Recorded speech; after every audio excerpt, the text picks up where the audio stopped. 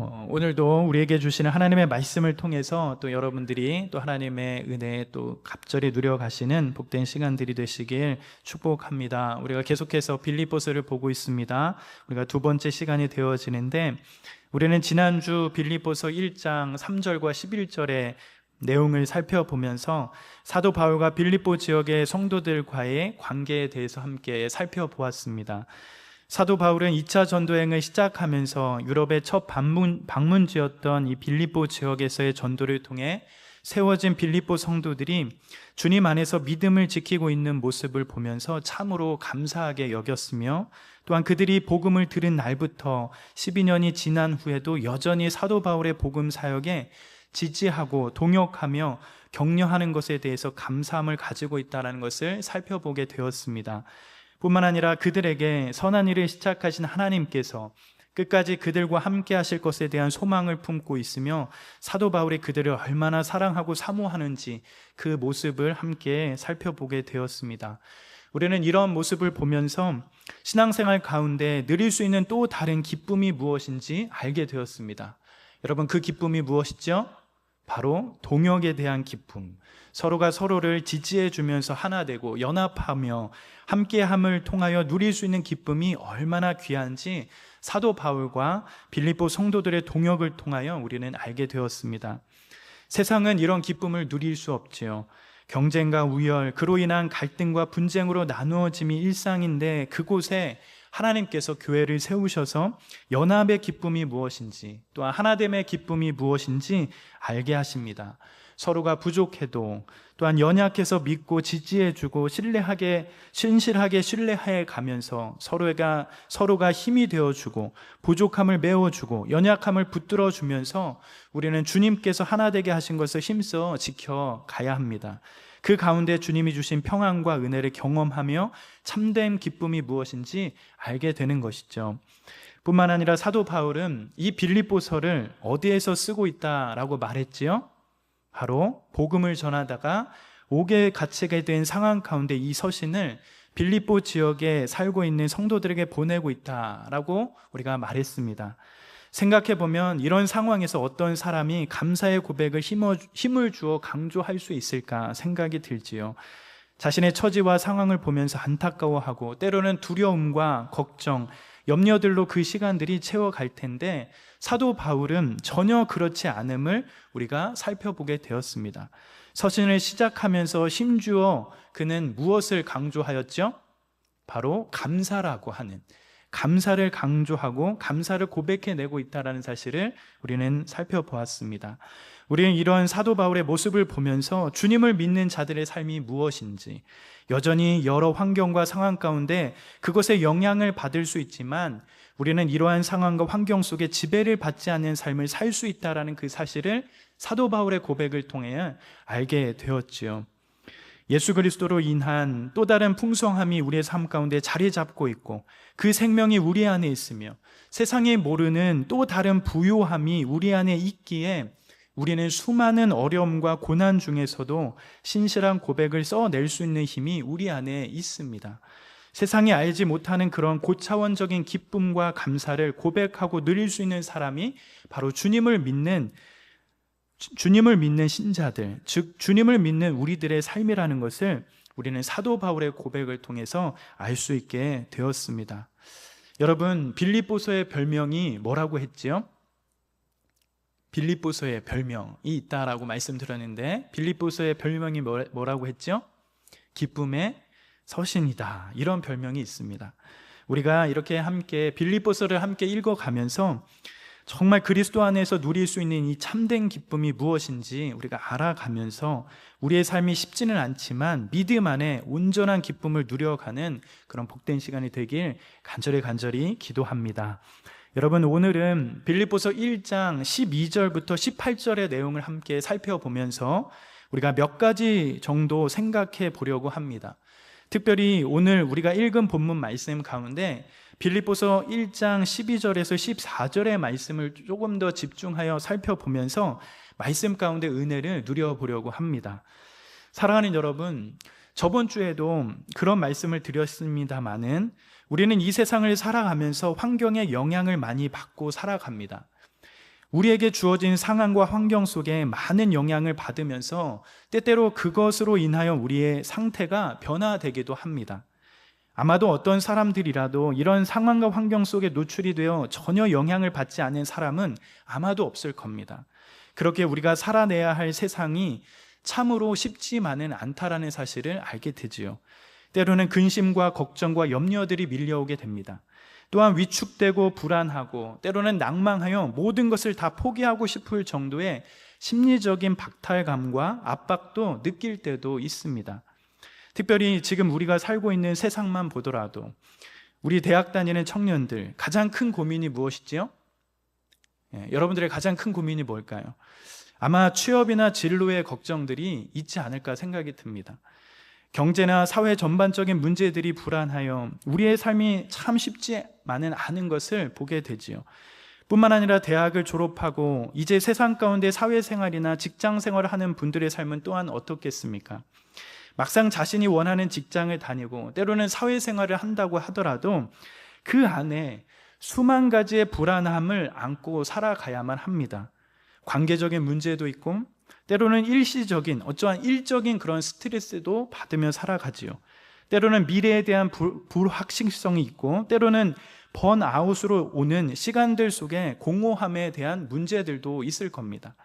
경쟁과 비교라고 하는 이러한 상황들 속에서 원치 않은 어려움과 문제들을 우리는 경험할 때가 있는 것이죠. 그럴 때 여러분, 우리는 그렇다면 주님을 믿는 자들로서 믿음의 사람들로서 어떤 삶을 살아가야 할까?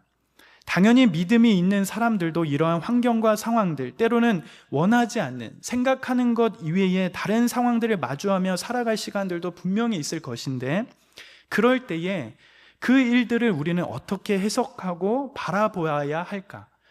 우리 안에 어떤 관점을 가지고 살아가야 할까? 그런 고민이 들 때가 있습니다. 우리에게 일어나는 일들 가운데 여러 상황과 환경 속에 또한 우리가 바라보는 사물들을 어떻게 바라봐야 하는지 종종 생각이 들 때가 있다라는 거예요. 여러분, 그럴 때 어떻게 해야 할까요?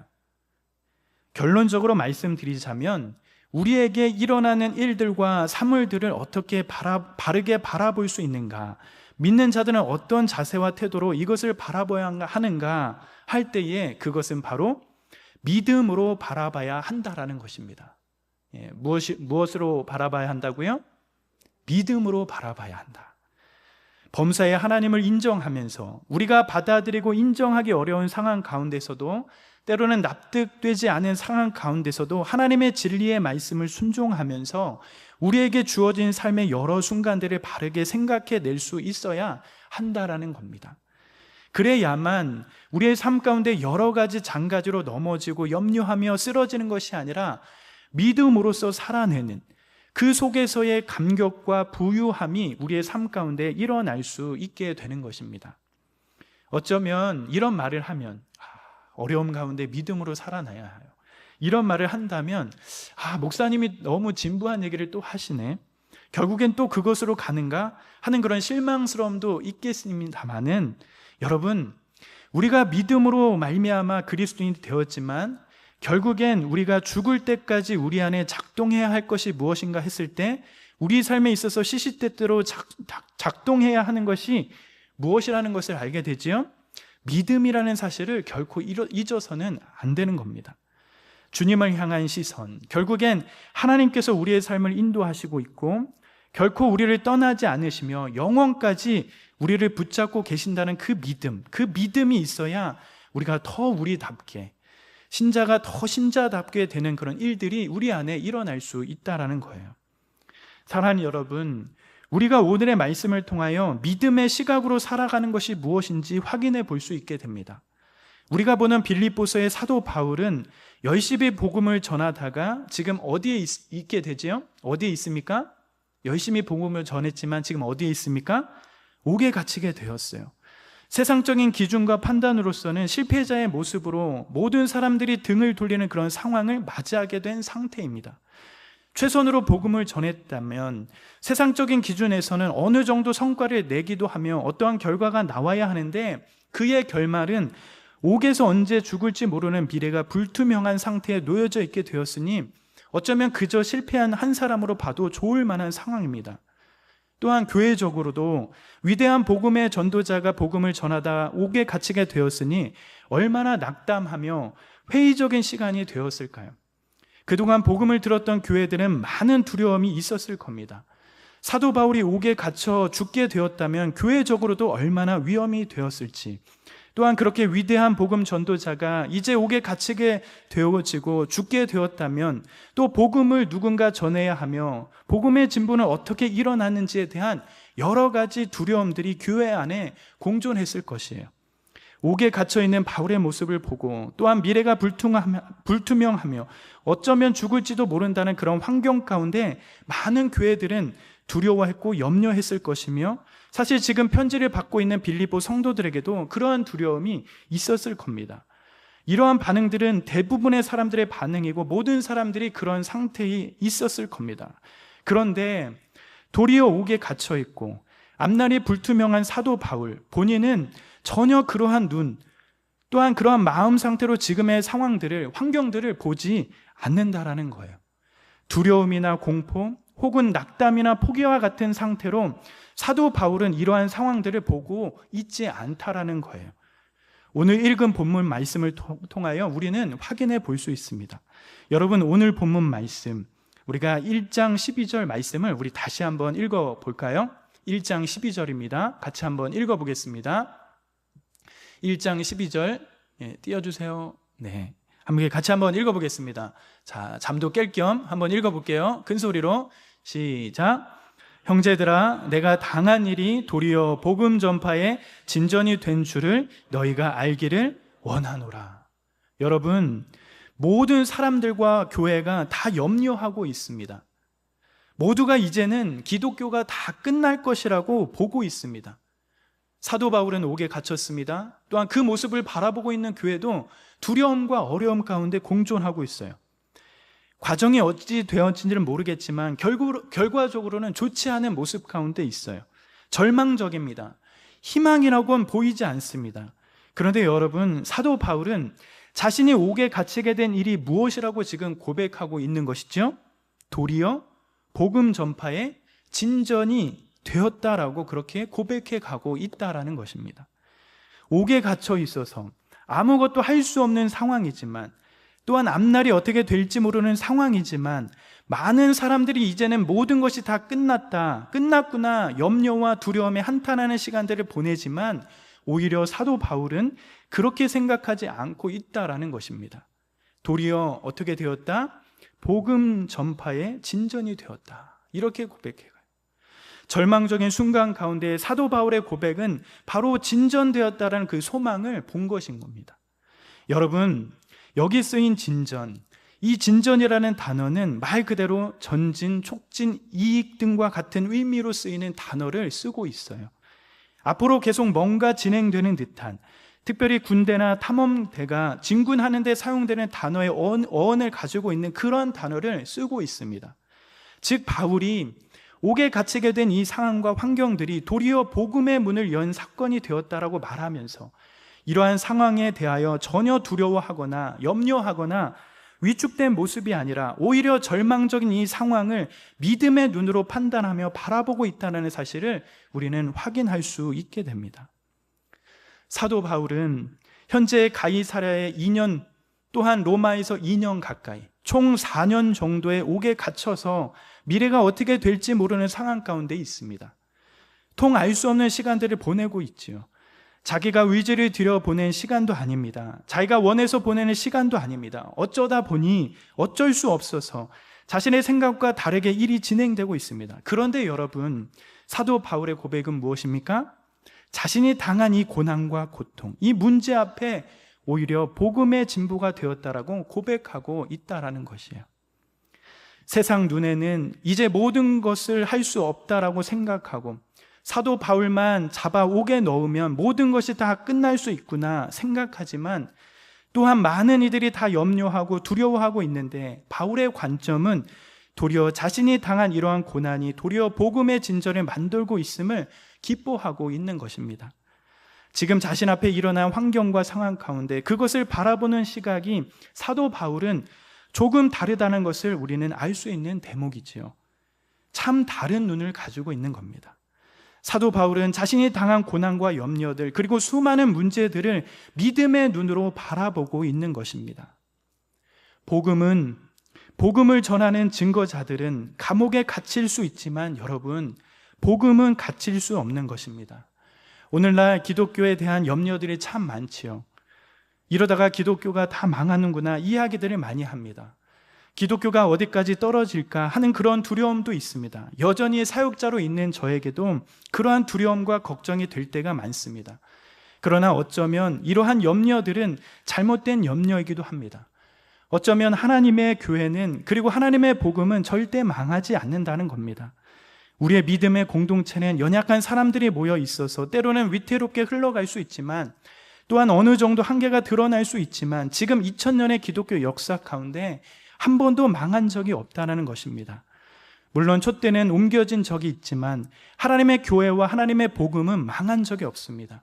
하나님이 살아계시고 통치하시는 한 이 땅에 하나님의 교회와 하나님의 복음은 절대 망하지 않습니다. 우리같이 연약하고 한계투성이인들이 모였지만 교회는 그 영광과 존영을 빼앗길 수 없는 귀한 공동체, 그곳이 바로 교회였습니다. 두려움과 염려 가운데 바울은 도리어 어떻게 말하고 있는 것이지요? 도리어 복음의 진전이 일어났다, 그렇게 고백하고 있습니다.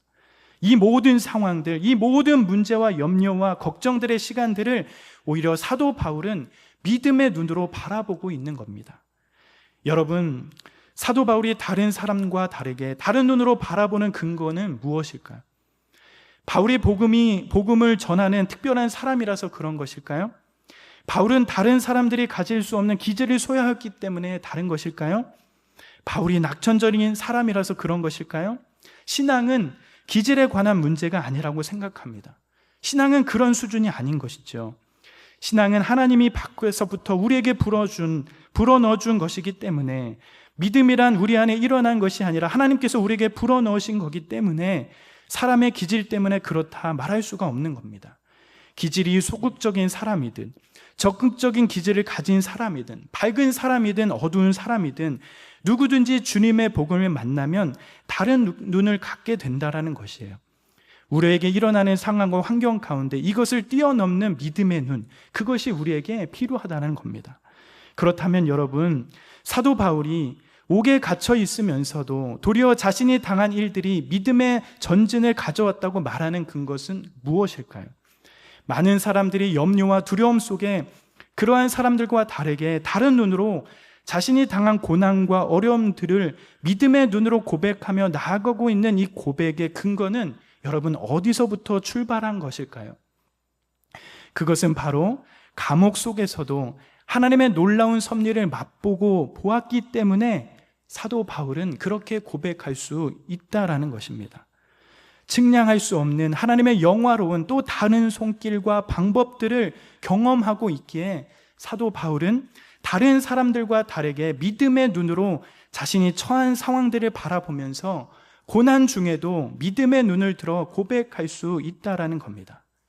하나님의 놀라운 섭리를 보았기 때문에 그렇게 믿음으로 고백해 가는 것이지요. 여러분, 오늘 본문을 통하여 우리는 그것을 확인해 볼 수 있게 됩니다. 오늘 읽은 본문 가운데 우리는 두 가지 정도 살펴볼 수 있게 되는데, 첫 번째는 빌립보서 1장 13절의 말씀을 보면서 우리는 확인해 갈 수 있게 됩니다. 여러분, 빌립보서 1장 13절 우리 같이 한번 읽어볼까요? 시작. 이러므로 나의 매임이 그리스도 안에서 모든 시위대 안과 그 밖의 모든 사람에게 나타났으니.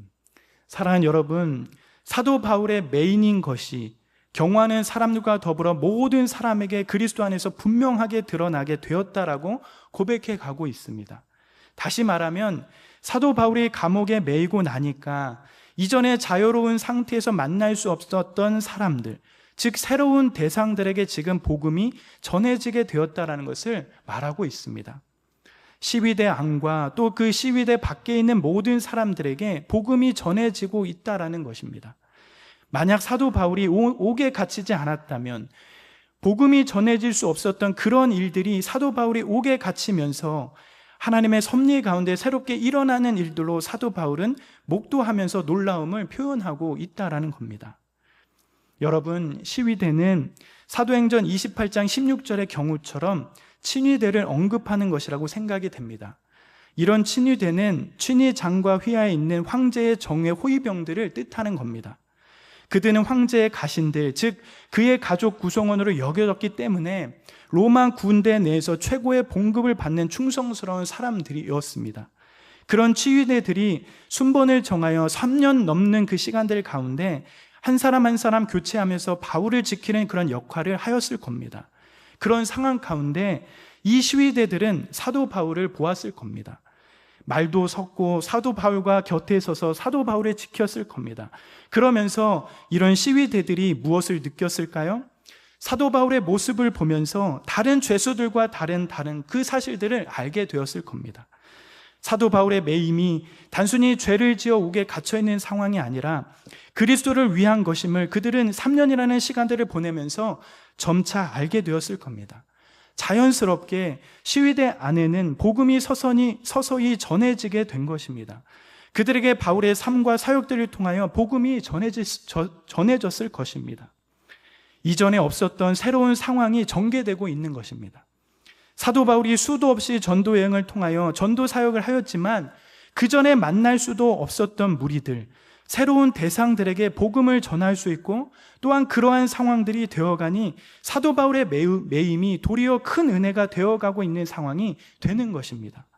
옥중에서도 큰 환난과 고난 중에서도 많은 이들이 두렵고 미래가 없다고 말하는 순간 가운데서도 사도 바울은 그럼에도 불구하고 믿음의 눈으로 지금의 상황들을 볼 수 있는 것은 복음을 이끌어 가시는 하나님의 놀라운 섭리를 맛보고 있으며 더불어 지금도 변함없이 복음을 위하여 일하고 계시는 하나님의 주권과 열심을 사도 바울은 경험하고 있기에 고난 중에도 믿음의 눈을 들어 믿음의 고백을 할 수 있게 된다라는 것이에요.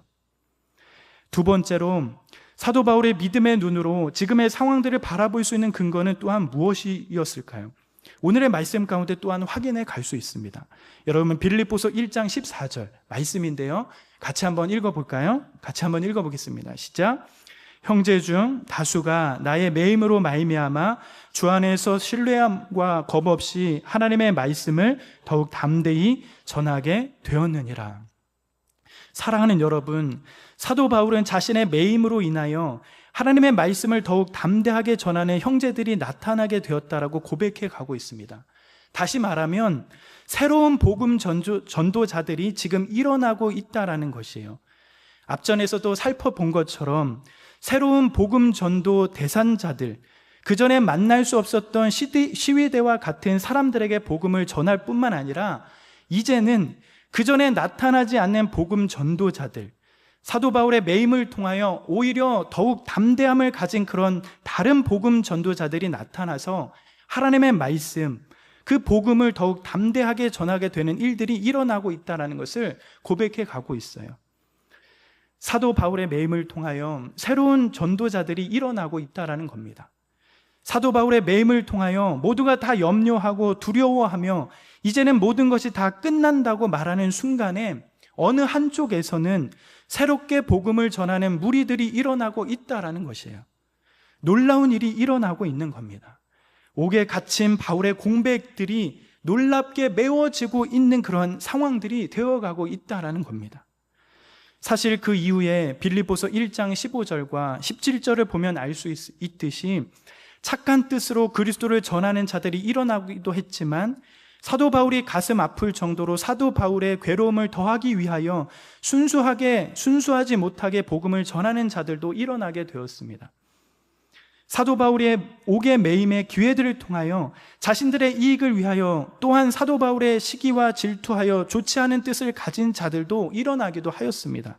그러나 사도 바울은 이러한 모든 순간에서도 새롭게 전도자들을 일으키시는 하나님의 섭리를 보고 나니 1장 18절의 고백처럼 모든 것이 기쁨으로 고백되는 순간들이 되게 되어지지요.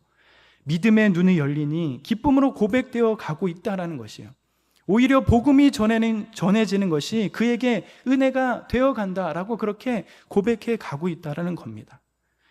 사랑하는 여러분, 하나님은 우리가 생각할 수 없는, 측량할 수 없는 심히 기묘하신, 신묘망측하신 분이라는 사실을 알게 됩니다.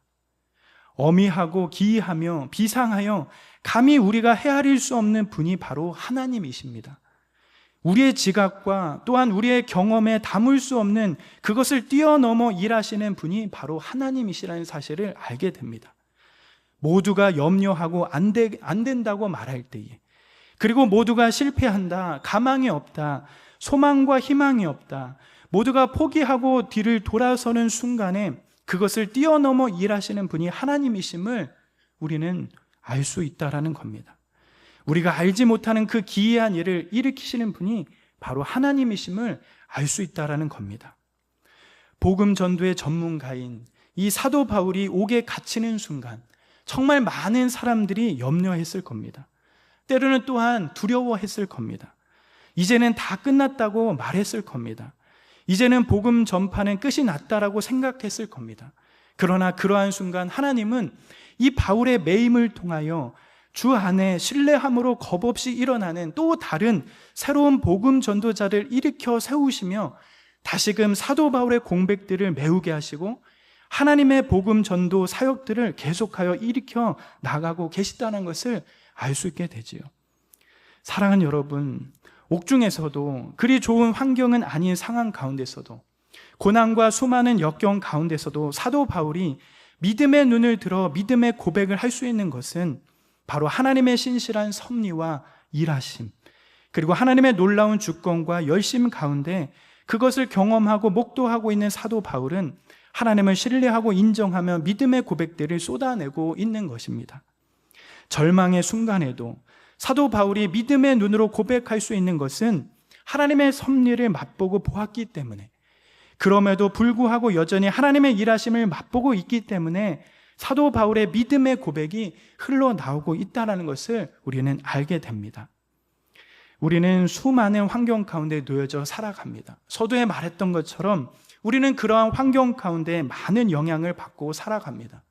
그러나 중요한 것은 믿는 자들은 그러한 환경과 상황 가운데 어떠한 자세와 태도로 살아가야 하는 것인가 하는 것이 문제입니다. 중요한 것은 우리 상황 가운데 믿음의 눈으로 바라보는 것, 그것이 필요하다는 것입니다.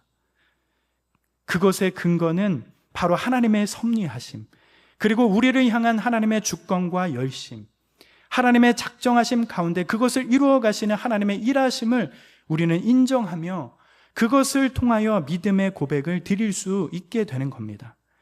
아무리 이해가 되지 않는 상황 가운데 존재할지라도, 또한 염려와 두려움과 예측할 수 없는 일들이 내 앞에 존재할지라도 믿음을 들여가는 연습이 우리의 삶 가운데 필요하겠습니다. 나의 생각과 지식과 경험을 뛰어넘는 하나님의 섭리를 우리는 믿고 믿음의 눈을 열어 우리에게 일어나는 수만 가지 일들과 사물들을 판단해 가야 할 것입니다. 그것이 우리가 이 세상 한가운데 살아가는 모습이요 자세일 겁니다. 오늘의 말씀을 통하여 우리는 이 세상 가운데 살아가는 지혜와 자세를 보게 됩니다. 수많은 상황 가운데 놓여져 살아가는 인생이지만 그 중심의 모든 상황과 끝에는 하나님의 주권하심과 섭리하심이 있다는 사실, 그것에 믿음을 두어 가는 그러한 삶이 우리를 흔들리지 않는 믿음 안에 살아갈 수 있도록 만든다는 사실을 우리는 확인하게 됩니다. 오늘의 사도 바울의 고백들처럼 옥에 갇혀 있지만, 앞을 모르는 그런 상황이지만 신실하신 하나님을 경험하며 복음의 진전이 일어나고 있음을 믿음의 눈으로 바라보았던 것처럼 우리의 어떤 상황 속에서도 믿음 잃지 않고 그럼에도 신실하게 함께 하시는 하나님의 인도하심을 믿어가며 믿음의 시각을 열어 주님을 믿는 그 믿음의 풍성함을 가득 누려가시는 복된 인생이 우리 형제자매들의 삶이 되길 간절히 기도하며 축복합니다. 사랑하는 여러분, 우리의 인생이 참 쉽지만은 않습니다. 때로는 안개와 같은 인생을 살아갑니다. 그러나 나를 나보다 더 잘하시는 그 하나님의 귀한 성품을 믿어가며 더욱 주님께 붙잡힌 바 된 그런 인생으로 더욱 빛나게 삶을 살아가시는 그런 삶이 여러분의 삶이 되기를 간절히 기도합니다. 여러분, 우리 옆에 있는 사람에게 그렇게 한번 고백하실까요? 하나님께서 여러분들과 함께 하십니다. 다시 한번 고백할까요? 우리 뒤에 있는 앞뒤 사람 보면서 그렇게 한번 고백하겠습니다. 하나님께서 여러분과 함께 하십니다. 여러분, 사도 바울이 오늘 말씀 가운데서 옥중에 있었지만 모든 사람들이 희망이 없고 가망이 없고 미래가 없다라고 말하는 순간이지만 오히려 그 삶이 복음의 진전을 낳았다, 그런 믿음의 시각의 고백을 드렸던 것처럼 여러분, 그 삶 가운데 그 신실하신 하나님을 목도하고 그렇게 찬양을 올려드리며 영광 드렸던 것처럼 우리의 삶 가운데 여전히 안개와 같은 삶이지만 하나님의 신실하심, 그 일하심을 목도하면서 그렇게 거룩하게 주님의 성품을 닮아가면서 풍성한 삶이 여러분의 삶이 되었으면 좋겠습니다.